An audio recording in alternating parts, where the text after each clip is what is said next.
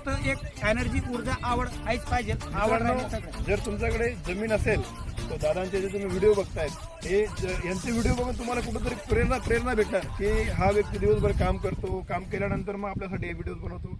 पण कॉमेडी म्हणून नका ऐकू. नॉलेज इम्प्रूव्हमेंट करायचं असेल तर 100% तुम्ही तुमच्या जीवनात बदल करून घेऊ शकता.